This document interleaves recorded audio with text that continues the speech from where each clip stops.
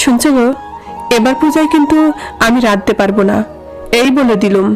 মেজদি, রাঙাদি, আমাদের মাম্পি, ওরা সব পূজার 1 মাস আগে থেকে কত প্ল্যান প্রোগ্রাম করে রাখে। পার্লারে যায়, প্যাডেল হপিং করে, বড় বড় হোটেলে খায়। আমার কপালটাই ফাটা। ওই জন্যই তো বাবাকে বলেছিলাম ওই রাবণের গোষ্ঠীতে বিয়ে দিও না। তা শুনলে তো, এতগুলো বছর আগুন তাতেই কেটে গেল আমার। বাবা আর বৌমা তো ঠিকই দেখায় পাওয়া যাবে না ওই কয়দিন। ওরা আজকালকার ছেলে মেয়ে, বাঁচতে জানে। আমরা এবার ওই কটা দিন নিজেদের মতো করে কাটাবো। আমার বন্ধুরা বলেছে 47 আবার বয়স নাকি। বিদেশে তো এই বয়সে বিয়ে হচ্ছে এখন। সকালে ঘুম থেকে উঠে ইসুপগুলোর গ্লাসে চুমুক দিতে যাচ্ছিলেন বিমল বাবু। গিন্নি মনোরমার শ্রীমুখ নিশ্চিত বাণী শুনে বিষম টিসম খেয়ে একেবারে যাচ্ছে তাই অবস্থা। মুখটা তেতো হয়ে গেল একেবারে। গিন্নিকে আজ ইসুপগুলোর সাথে চিত্তাও মিশিয়েছে। ভীষণ হিসাবী মানুষ বিমল বাবু। 52 বছর বয়স হলেও তার এই এতদিনে অফিসে একটা প্রমোশন হয়েছে। সে আর কত টাকা বেড়েছে, 1002 বড়জোর।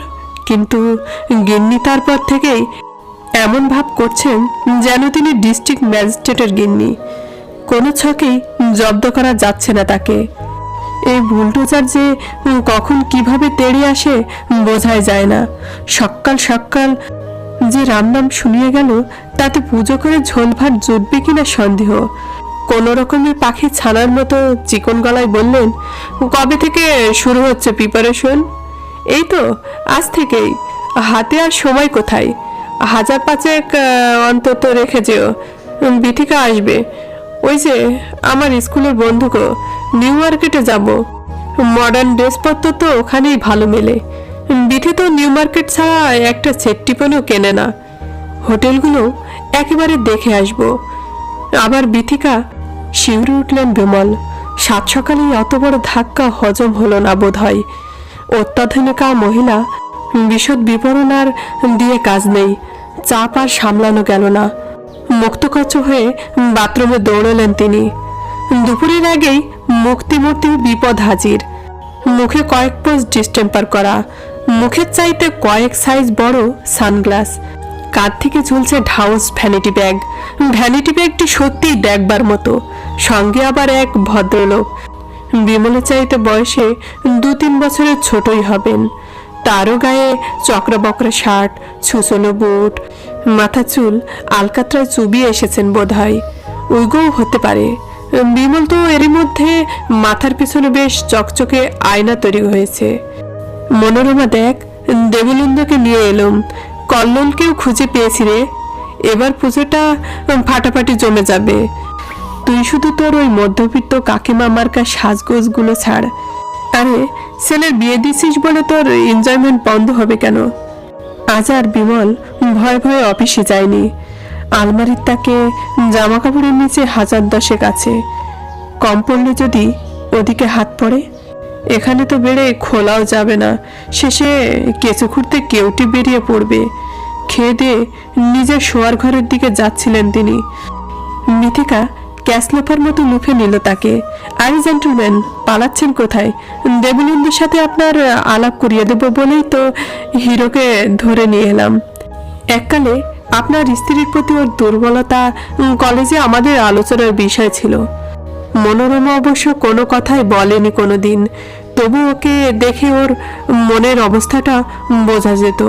নেহাত আপনি কোথা থেকে টপকে পড়লেন? না হলে নেগোশিয়েট করে মনোরমার হিস্ট্রি জিওগ্রাফি আমি বদলে দিতাম। আরে চটে গেলেন নাকি? জাস্ট মজা করছিলাম। পেটটা মসুর দিয়ে উঠল বিমলের। আবার বাথরুমে যেতে হবে নাকি? এত কি সহ্য হয়? এই জবাকুসুম তেল মাথায় থাবড়া মেরে মেখে খোপা বাঁধা 4 বেলা ঘরে গঙ্গাজল ছিটানো মহিলার এই বয়সে পুরনো বয়ফ্রেন্ড, তাও একেবারে বাড়ি পর্যন্ত পৌঁছে, এ তো কেলেঙ্কারি ব্যাপার। ছেলে বৌমা আছে বাড়িতে, কেচ্ছা ছড়াতে কতক্ষণ? আর এই হিরো যদি এবার বাড়িতে যাতায়াত করা ধরে, মান সম্মান থাকবে তার? আবার জজ সাহেবকে কিছু বললেই তর্জন গর্জন আবার কান্নার ঢেউ তাকে যে কোথায় নিয়ে গিয়ে আশ্রে ফেলবে তা কি কেউ জানে? ওই বান্ধবী মহিলা বিয়ে থা করেনি, ও সংসারের জানেটা কি? নিজেই এক আপদ। আমার আসলা বংশদণ্ড উপহার দিয়ে যাচ্ছে। বাড়ির গিন্নি বিগড়ে গেলে যে বাড়ির আর কি কিছু থাকে? মতলব একটা আটতেই হবে, যাতে সাপও মরে আবার লাঠিও না ভাঙে। রাইভালকে কোনো রকমে হাই করে বেজার মুখ নিজের শোবার ঘরে আশ্রয় নিলেন বিমলবাবু। ওরা সবাই মিলে ওই লোকটার গাড়িতে করে নিউ মার্কেটে না কোথায় একটা চলে গেল। বেশ কিছুক্ষণ বিছানায় বসে ঠান্ডা মাথায় চিন্তা করতে লাগলেন বিমল। এতটা বয়স হয়ে গেলেও বউ তার দেখতে মন্দ না, এখনো শরীরটা তবলার মতো হয়ে যায়নি। কে যেন তাকে একবার বলেছিল, প্রথম প্রেম নাকি ভোলা যায় না। নিজেকে ছাই জানেন না? ওই বেলতলায় গেছেন কখনো? ওই বিনোদ খান্নামার্কা চেহারার মোহ যদি এই বয়সেও আবার জাগিয়ে ওঠে, প্রথম ধাক্কাতেই তো তিনি রিজেক্ট। যা মডার্ন হওয়ার শখ জেগেছে আজকাল, ডিভোর্স তো আবার এই বয়সেই বেশি হচ্ছে। তেমন হলে তো আত্মহত্যা করা ছাড়া গতি নেই। হঠাৎ একটা কথা মনে পড়ে গেল, রঞ্জন এখনো ইন্ডিগোতেই আছে না? ওকে একটা ফোন করা যাক এখনই। 7:30 নাগাদ মনোরমা বাড়ি ফিরে এলো। বাবা আর তার বউ আজ রাতে বাড়ি ফিরবে না, সেটাই বাঁচোয়া। মনোরমা তো ভুল পাল্টে ফিরেছে। এইটুকু সময় এত সব হয়ে গেল, ও অত শিখলই বা কোথায়? নির্ঘাত ওই মেয়েটা শিখিয়েছে। এত বড় শত্রু যেন কেউ না পায়। এই বুড়ো বয়সে তার ঘর ভাঙতে এসেছে। ক্ষমতা থাকলে মেয়েটাকে তিনি ভস্ম করে ছাড়তেন। আবার গোদের উপরে বিস্ফোরা ওই ক্লায়েন্টটাকে এনে হাজির করলো। কে জানে কপালে কি আছে এবার। শুরুতেই যদি এই হয়, শেষটা কি হবে ভেবে বিমলের মাথাটা বনবন করে ঘুরে গেল। হাত মুখ ধুয়ে পা পর্যন্ত একটা ঢোল পোশাক পরে জানিয়ে এলেন গিন্নি। গদগদ মুখ একেবারে। বাড়িতে পরার জন্য 4টে কাপ্তান কিনলুম। এখন আর কেউ বাড়িতে শাড়ি পরে না। দেবনন্দু বলল, ওর মিসেস তো গেঞ্জি আর পালজো পরে, বড় দোকান থেকে টায়াল দিয়ে কিনলুম। বিথি বলল, এক ঝাটকায় 10 বছর বয়স কমে গেছে নাকি আমার। মা তোমার চুল দেখেই পছন্দ করেছিলেন, সেটাও উড়িয়ে ফেললে একেবারে। না না, ওরা বলল আমার লম্বাটে মুখের ছাদে অত লম্বা চুল মানায় না, ওটার জন্য তো বয়স বেশি লাগে। দেবনন্দন লেয়ার কাটতে বলল, ভালো লাগছে না? বিধি বলেছে পুজোর আগে হেয়ার হাইলাইটিং করিয়ে দেবে। আর একটা দারুণ মজার কথা শোনো, আমরা তো সব বন্ধুরা মিলে পুজোয় একদিন আউটিংয়ে যাচ্ছি। খাওয়া দাওয়া হই হুল্লো, আহা, ভেবেই আমার গায়ে কাঁটা দিয়ে উঠছে। তুমিও তো তোমার বন্ধুদের সাথে এনজয় করতে পারো ওই দিনটা। খেয়েছে হঠাৎ এত স্বাধীনতা। 24 ঘন্টা যে মহিলা অঙ্গুলি হেলনে স্বামীকে নাচান, তিনি হঠাৎ গরুর গলার দড়িটা খুলে দিচ্ছেন। ব্যাপারটা তো সুবিধা মনে হচ্ছে না। না না, বেড়াল প্রথম রাতে মেরে ফেলাই ভালো। মরিয়া হয়ে এবার বিমলবাবু বলেই ফেললেন, কিন্তু আমি তো ওই সময় 7 দিনের জন্য মৌসুরি নৈনিতালে টিকিট কেটে ফেলেছি গিন্নি।